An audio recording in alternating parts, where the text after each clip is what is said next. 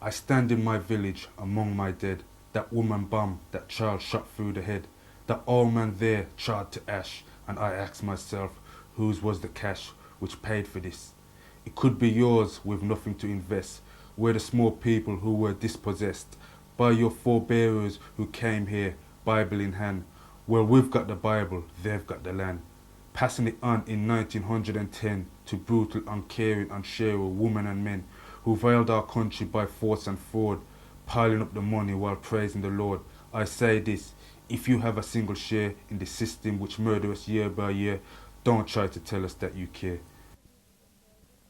The West continues to enjoy lucrative trading relations with South Africa. Britain persistently vetoes the call for full economic sanctions in the United Nations.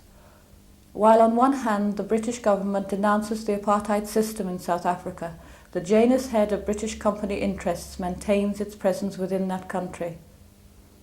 Despite the continued trading exchanges between Britain and South Africa, there is much support for the dismantling of apartheid from people here in Britain. The main strategy of the anti-apartheid movement in Britain is for isolation of South Africa through mandatory economic sanctions. The main purpose, I'd say, of the movement at the moment is solidarity with the people in struggle in South Africa. They must know that there's somebody here, like, fighting for them, for their morale.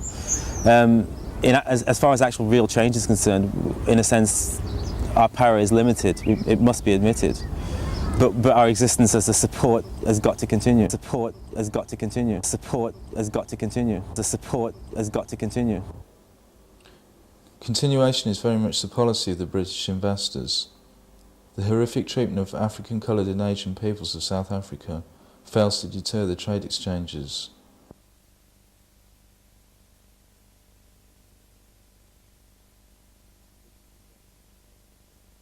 British investment is making a killing in South Africa.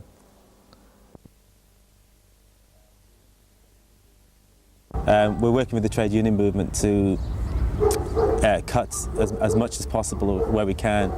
The fruits coming into the country at the moment, it's the season for South African fruit. These shops are flooded. We're actually campaigning for shoppers of Tesco's not to buy the fruit that they sell. We pick on Tesco's because they're the only national superstore, because we have movements in Scotland, Wales, whatever. So we've done people shops like Sainsbury's in the past, but that's only more localised campaigns. We're boycotting Shell because of their involvement in South Africa and Namibia. With some success, they've lost their market share. They've lost 3–4% this last year, and they're obviously worried. There's an enormous amount of Shell adverts on the TV at the moment. This is it's like people sanctions, if you like, because like the complete intransigence by the Conservative government. There's 1 or 2 mandatory sanctions on holidays or whatever, but they veto anything that happens in the United Nations. You'd be surprised how many people don't actually understand what apartheid is, or if they have some vague conception of what it is, they don't really know what it means for the people who suffer under it. What are your views on the apartheid system in South Africa? I don't know anything about it, sorry. You don't know anything about it at all? No, I'm sorry. Well, yes, I think we should impose sanctions, but it's more complicated than that, isn't it? And I'm afraid I don't really know that much about it. I put up an argument that if they applied sanctions, it would harm the coloured people. Well, of course it would, but it would harm them all, and I think it would harm them even more. Economic sanctions, perhaps, but then again, who suffers then, you know? Everyone suffers. All the black people suffer too, you know?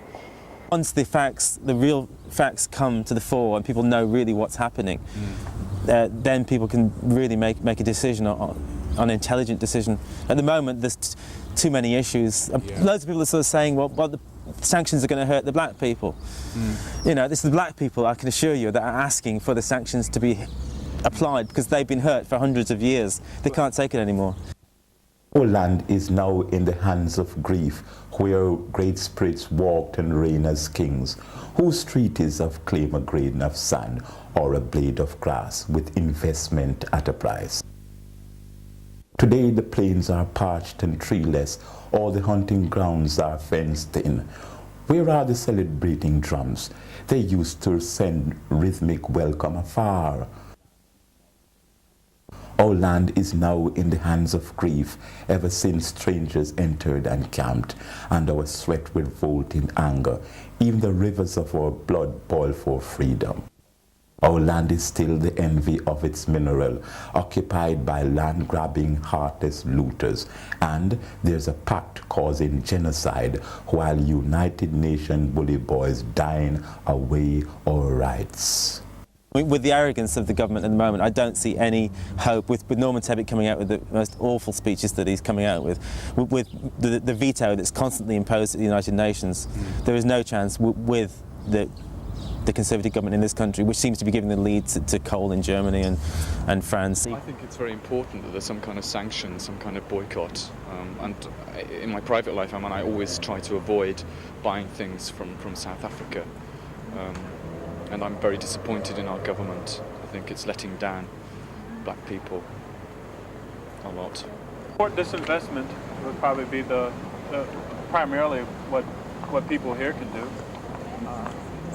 Outside of that, again, I don't think, even with disinvestment, I don't think the South African government, the one that's presently in power, or especially with the conservative element growing there, that there's going to be any change even with disinvestment. But it's a step in the right direction, and hopefully it will prolong the armed struggle, which right now seems inevitable.